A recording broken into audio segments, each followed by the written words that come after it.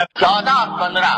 شعبان کی درمیانی رات، جس کو ہمارے ہاں عام طور سے شب برات کہا جاتا ہے، اس کے بھی کچھ احکام ہیں۔ یہ ایک ایسی رات ہے جس کی فضیلت متعدد روایات سے ثابت ہے، اور اس رات میں عبادت کو موجب اجر و ثواب قرار دیا گیا ہے عام راتوں سے زیادہ۔ آج کل بعض حضرات یہ فرماتے ہیں کہ شب برات کی کوئی حقیقت نہیں ہے، یا اس کے بارے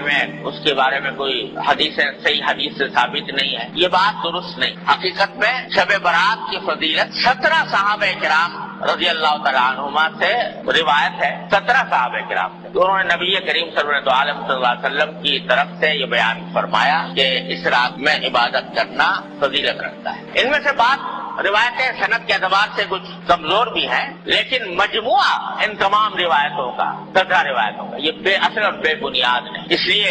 علماء محققین کا کہنا یہی ہے کہ شب برات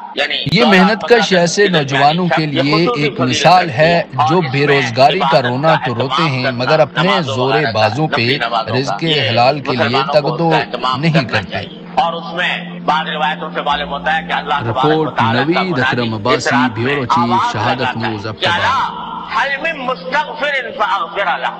سنو،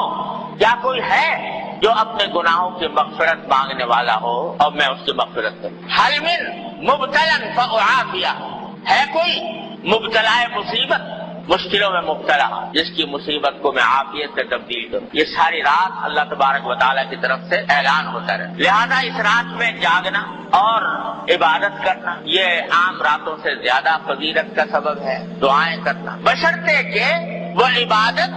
اسی طرح کی جائے جس طرح جناب نبی کریم سرورت عالم صلی اللہ علیہ وسلم نے فرمائی، اس میں بھی اپنی طرف سے کوئی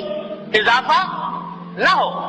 جیسا ابھی میں نے بتایا، مثالیں دی آپ کو کہ اپنی طرف سے اضافہ کوئی شریعت میں مقبول نہیں۔ کل محدثۃ بدعہ وکل بدعۃ ضلالہ، ہر نئی بات جو انسان دین میں پیدا کرے وہ بدعت ہے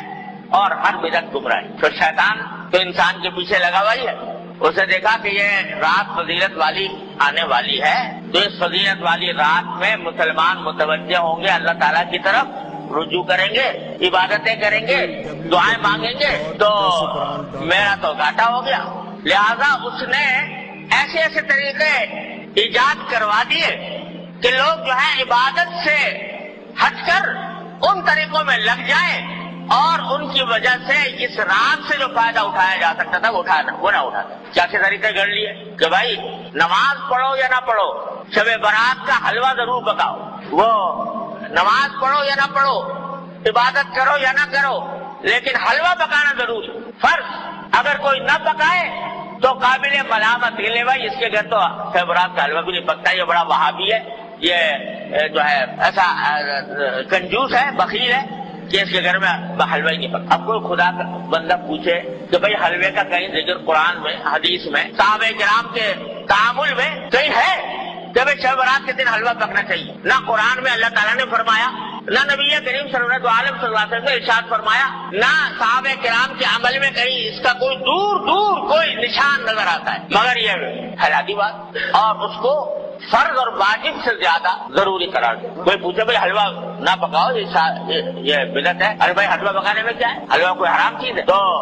یہ جواب، ارے بھائی حلوہ حرام کوئی چیز نہیں، روز پکاؤ، لیکن شب برات کو خاص طور پر حلوے کے لیے مخصوص کر لینا اور اس کو فرض قرار دینا اور واجب قرار دینا، کوئی نہ پکائے تو ملامت کرنا، یہ اپنی طرف سے دین میں اضافہ ہے جو اللہ تعالیٰ کو گوارا نہیں۔ تو ایک تو یہ شگوفہ چھوڑ دیا شیطان نے۔ دوسرا اس سے زیادہ خراب کہ بھائی شب برات میں آتش بازی ہونی چاہیے، الیاذ باللہ، اس میں لاکھوں روپیہ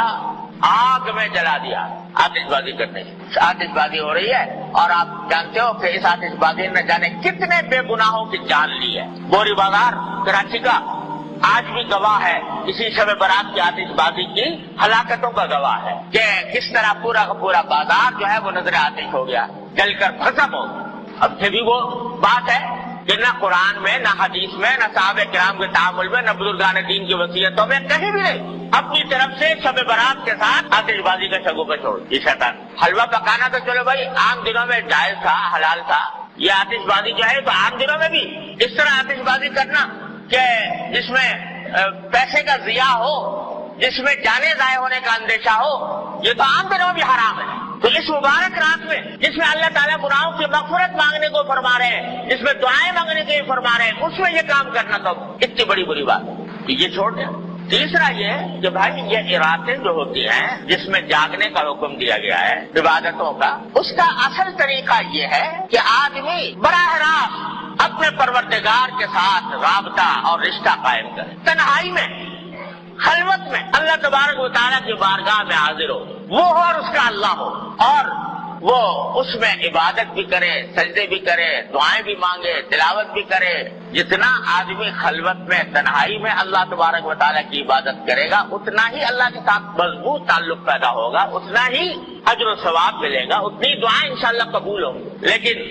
بعض اوقات یہ بھی ایک قصہ کھڑا ہو گیا کہ اس میں جلسوں کا سلسلہ شروع ہو گیا، جلسے ہو رہے، راتیں جو ہیں وہ جلسے کی انتظامات ہی میں صرف ہو رہی ہیں، کھانے پک رہے ہیں، دیگیں چڑھ رہی ہیں، دعوتیں ہو رہی ہیں، تو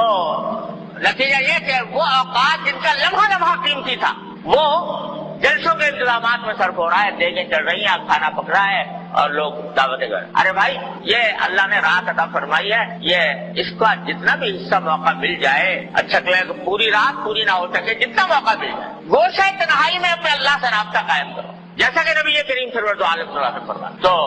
اس میں نمازیں، نفل نمازیں پڑھیں، لمبی لمبی صورتیں اگر یاد ہیں وہ پڑھیں، دعائیں کریں، مناجات مقبول دعائیں، نبی کریم صلی اللہ علیہ وسلم کی دعائیں وہ کریں، اپنے ذات کی دعائیں کریں۔ آج پوری امت مسلمہ ایک عظیم آزمائش میں مبتلا ہے، اور ہمارا ملک خاص طور پر گھرا ہوا ہے، تمام چاروں طرف سے خطرات اور فتنوں میں گھرا ہوا ہے۔ اس کے لیے دعا کریں اور اللہ تبارک و تعالیٰ سے مانگیں۔ اس کام میں اس رات کو صرف کرنا چاہیے۔ اللہ تعالیٰ اپنے فضل و کرم سے ہم سب کو اس کی توفیق عطا فرمائے۔ اور بھائی اس کے بعد اگلے دن جو ہے یعنی 15 شعبان، اس کے روزے کے بارے میں کوئی حدیث صحیح نہیں۔ یہ جو مشہور ہے کہ اس رات کا، اس دن کا روزہ رکھنا جو ہے وہ خاص طور پر اس دن کا روزہ، اس کے لیے جو حدیث آئی ہے وہ بہت کمزور، ضعیف ہے، قابل اعتبار نہیں۔ البتہ ابھی بات کر چکا ہوں کہ شعبان کے سارے ہی مہینے میں آپ روزے رکھا کرتے تھے، سارے مہینے کے اکثر ایام میں روزے رکھا کرتے تھے، لہذا وہ فضیلت جس طرح آج کے دن کو حاصل ہے، اسی طرح کل کے دن کو بھی حاصل ہے، پرسوں کو بھی حاصل ہے، تب کو بھی حاصل ہے، اور دنوں میں نہیں رکھ سکے اس دن رکھ لو۔ لیکن خاص طور سے 15 شعبان کے روزے کی نیت تو کچھ زیادہ فضیلت سمجھ کر روزہ رکھنا مناسب نہیں، لیکن سارے شعبان میں جب بھی موقع مل جائے کر دیا جائے۔ اس طرح اس شب برات کو، اس رات کو گزارنا چاہیے، اللہ تبارک و تعالیٰ سے دعائیں کرنی چاہیے۔ البتہ ایک بات اور سمجھ لیجئے، ایک روایت میں آتا ہے کہ اللہ تعالیٰ اس رات کے بارے میں بھی آتا ہے، شب قدر کے بارے میں بھی آتا ہے کہ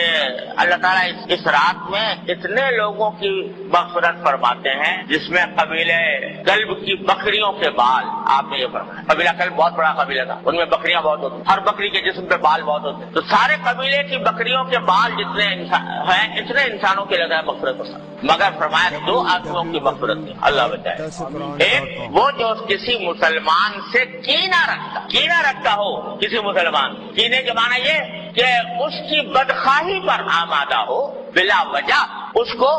برا سمجھ کر اس کو تکلیف پہنچانے اور اس کو ذلیل کرنے کی فکر میں رہتا ہو، اللہ بچائے۔ ایک تو اس کے گناہ معاف نہیں ہوتے اس رات، اور ایک فرمایا وہ جو اپنے پاجامہ، شلوار، پتلون جو بھی پہنے ہوئے ہے اس کو ٹخنوں سے نیچے لٹکائے، اللہ بچائے، تو اس کے بارے میں بھی اس حدیث میں آتا ہے۔ لہذا اس کا اہتمام کرنا چاہیے، ہمیشہ ہی کرنا چاہیے کہ اللہ تعالیٰ کسی مسلمان کے خلاف دل میں کینہ رکھنے سے محفوظ رکھے۔ یہ چیز جو ہے اتنا بڑا گناہ ہے کہ اس رات میں بھی معاف۔ اسی طرح یہ بھائی آج کل بہت ابتلا ہے اس میں ٹخنوں سے نیچے لٹکانے کا، اللہ تعالیٰ ہر مسلمان کی حفاظت فرمائے۔ یہ حدیث میں فرمایا کہ یہ اصل میں تکبر کی علامت ہے، اور تکبر ایسی چیز ہے جو اللہ تبارک و تعالیٰ تکبر کو کسی قیمت پر برداشت نہیں کرتا۔ فرمایا الکبریاء ردائی فمن نازعتہ قسمت، او کما قال صلی اللہ علیہ وسلم، کہ بڑائی تو میری صفت ہے، میری چادر ہے، جو کوئی مجھ سے اس میں جگڑنا چاہے گا اس کی گردن توڑ۔ تو تکبر بہت خراب، اور یہ تکبر کے علاوہ اس واسطے اس سے حضور نے منع بھی فرمایا، اور اس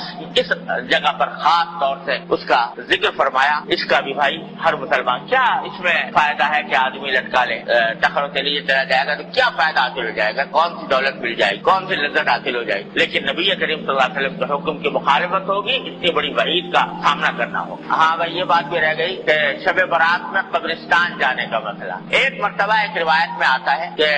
ساری حیات طیبہ میں رسول کریم صلی اللہ علیہ وسلم ایک رات، ایک روایت میں ہے، وہ سندن سے زیادہ مضبوط بھی نہیں ہے، لیکن بہرحال اس میں آتا ہے کہ آپ جنت البقیع تشریف لے گئے اور وہاں پر دعائیں فرمائیں، قبلہ رو ہو کر دعائیں فرمائیں. لیکن یہ ساری زندگی میں ایک ہی مرتبہ یہ واقعہ ہے، آگے پیچھے ہر سال جانے کا کوئی معمول نہیں تھا. لہذا اگر کوئی شخص جائے اس نیت سے کہ ایک مرتبہ حضور تشریف لے گا میں بھی چلا جاتا ہوں تو کوئی حرج نہیں، لیکن اس کو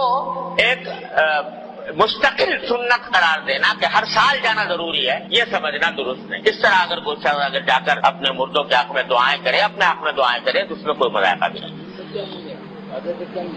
نہ موم بتی نہ اگربتی، سب ایمان کا نور چاہیے، موم بتیوں اگربتیوں کا نور. اللہ تبارک و تعالیٰ اپنے فضل و کرم سے، اپنی رحمت سے ہمیں اس راہ سے صحیح فائدہ اٹھانے کی توفیق عطا فرمائے، اور اس میں اللہ تعالیٰ کی رحمتیں اور برکتیں جمع کرنے کی توفیق عطا فرمائے، اور اپنے غضب